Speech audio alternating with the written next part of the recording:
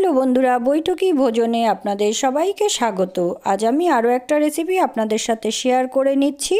আমি কি তৈরি করেছি সেটা চলুন না কিছু বলে দেখে নিই। আমি এখানে নিয়ে নিয়েছি কড়াইশুঁটিকে আমি সব ছাড়িয়ে নিলাম, নিয়ে একটা মিক্সিং জারে ঢেলে নিয়েছি। এখানে আমি 500 গ্রাম নিয়েছিলাম কড়াইশুঁটি, আর এখানে দিয়ে দিলাম 2টো কাঁচা লঙ্কা, দিয়ে দিচ্ছি রসুন, আদা ছোট ছোট করে কেটে আমি এর মধ্যে দিয়ে দিচ্ছি, তার সাথে দিয়ে দিলাম ধনেপাতা, দিয়ে এগুলোকে একটা পেস্ট আমি রেডি করে নেব। ভীষণ ভালো এই রেসিপিটা, একবার অবশ্যই ট্রাই করে দেখতে পারেন। এখানে পেস্ট করা হয়ে গেছে দেখুন। আর আমি এখানে আটা আর ময়দা নিয়ে নিয়েছি, আটাটা কম নিয়েছি, ময়দাটা একটু বেশি পরিমাণে নিয়েছি। আপনারা চাইলে শুধু আটাতেও করতে পারেন বা শুধু ময়দাতেও করতে পারেন। আমি পেস্টটা এর মধ্যে অ্যাড করে দিলাম।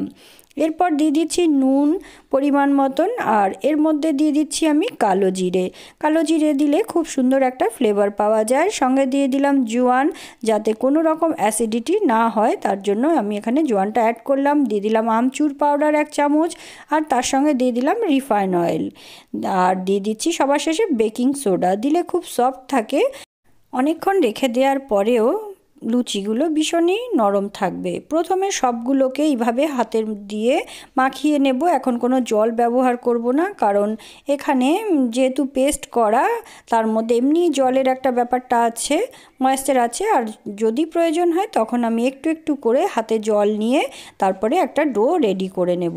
সবগুলোকে প্রথমে আমি মিশিয়ে নিচ্ছি। দেখুন এইভাবে সবগুলোকে মিশিয়ে নিলাম হাতে সামান্য একটু জল দিয়ে। প্রয়োজন অনুযায়ী এখানে একটু একটু করে জলটা ব্যবহার করব। ভালো বেশ মাখা হয়ে গেছে দেখুন। এইভাবে আমি একটু নরম করে এটাকে মেখেছি, আর বেশ ডোটা আমার রেডি হয়ে গেল। আমি ওপর দিয়ে একটু রিফাইন তেল মাখিয়ে রেখে দেব কিছুক্ষণের জন্য।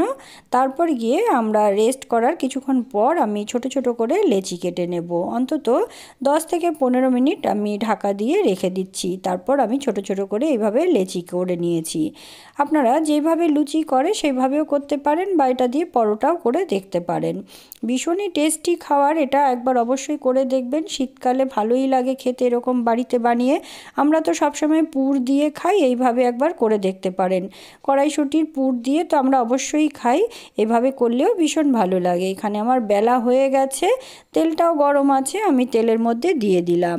একটু প্রথমে লো ফ্লেম রাখবো, তারপরে গিয়ে হাই ফ্লেমে ভেজে নেব, তা না হলে ফুলবে না।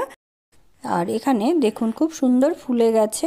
আর এইভাবে করে আমি সবগুলো করে নিচ্ছি। আপনারা অবশ্যই এই রেসিপিটা একবার বাড়িতে ট্রাই করে দেখতে পারেন, আশা করি ভালো লাগবে।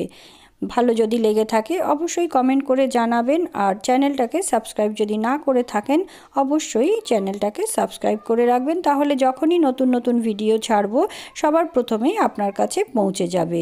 তাহলে আজকের ভিডিওটা কেমন লাগলো অবশ্যই কমেন্ট করে আমাকে জানাতে ভুলবেন না কিন্তু। ধন্যবাদ।